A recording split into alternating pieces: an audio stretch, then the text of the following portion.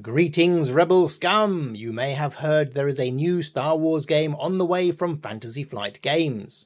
But if reading the article you were dismayed by the fact it comes with tiny plastic cubes and want something more thematic, then this is the video for you.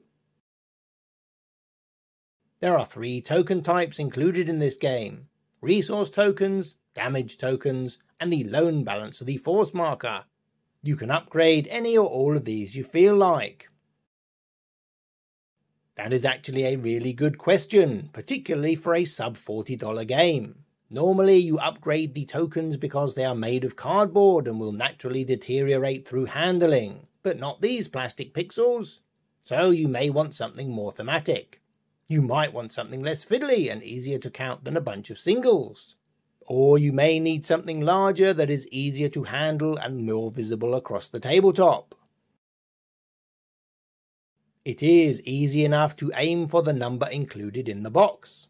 The game comes with 50 damage counters and 20 resource counters to split between 2 players. Clearly they aren't anticipating anyone hoarding resources. And you should only ever need 1 force marker. The largest ship we have seen is the Star Destroyer with 7 hits.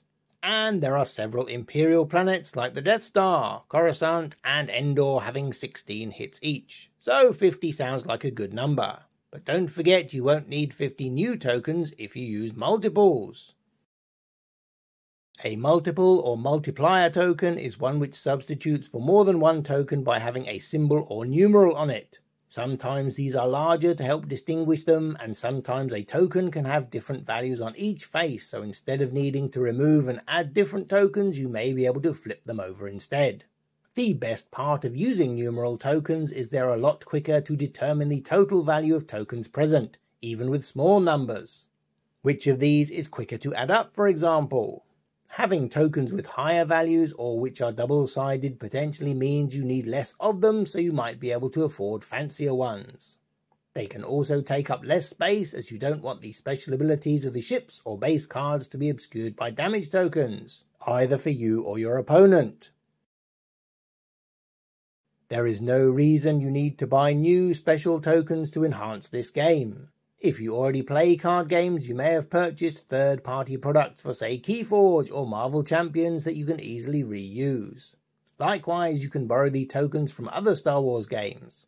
Star Wars Destiny looks like it has some thematic tokens, and we have covered Outer Rim on the channel, which has some nicer looking damage tokens, although all in singles. However, it does have the best cardboard Star Wars money we have ever seen.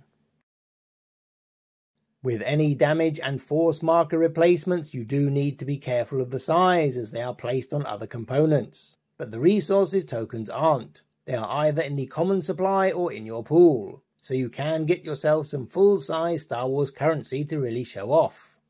If you check our Outer Rim videos, we have used 3D printed credits, foil resin credits, and cast metal credits, most of which were actually intended as film replica cosplay props rather than board game tokens. So visit our friends at Muddler's Manufactory and Hyperspace Props on Etsy for the literal cream of the crop in upgrades.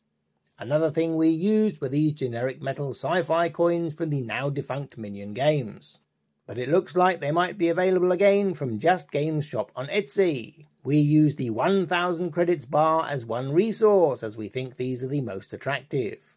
You can pick up 10 or 20 for a reasonable price, but as they are metal, beware of the postage. If you have a favoured token provider, then just type in damage token or Star Wars and see what pops up. Let's do that with our favourite token providers. Starting at the expensive end with luxury playstyle, there is no doubt these are the world's most premium damage tokens, being solid metal and plated with 18 karat gold. Originally designed for Keyforge, these are classy enough to be used in any game, although there is no way we can justify the cost. They do have an X-Wing and Legion range, so browse those and you may be able to find a single premium token to replace the balance of the Force Cube, although these are quite large. Moving on to the world's best fiberglass tokens, also with gold plating, we have Orbits. You could repurpose their Chaos tokens, which have numerical values, which are the same on both sides. Once again though, their Keyforge damage tokens look perfect for the job. They are a good size and bold design, meaning you can see them easily from across the table. They are double-sided with a 1 and a 3, so you should need less of them. Likewise, their Marvel Champions tokens are suitably bold and legible, if a little cartoony. We almost forgot they started out making Netrunner tokens, so you may be able to find some things you like in this range, particularly their credits. New kids on the block are Gaming Haven from Australia, but it looks like they are all hearts and brains at the moment.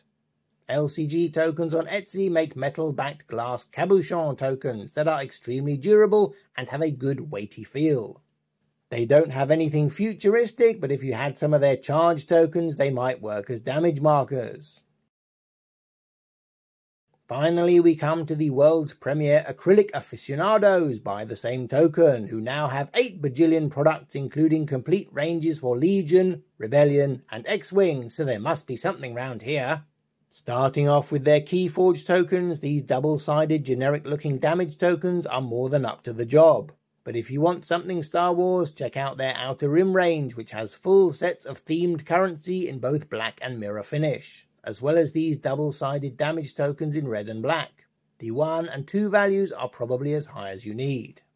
Before we go, they also have these reputation sliders, which if you turned one sideways would fit into the rectangles nicely. If you have been watching our videos closely, you will know that at least one of these manufacturers has pledged to have a dedicated set of tokens for this game, and no doubt other manufacturers will follow suit. So check back with us after the game releases to see what we have discovered. And if you want to learn more about the Star Wars deck builder, then check out FFG's January 11th live stream on YouTube, or watch one of our other videos all about it.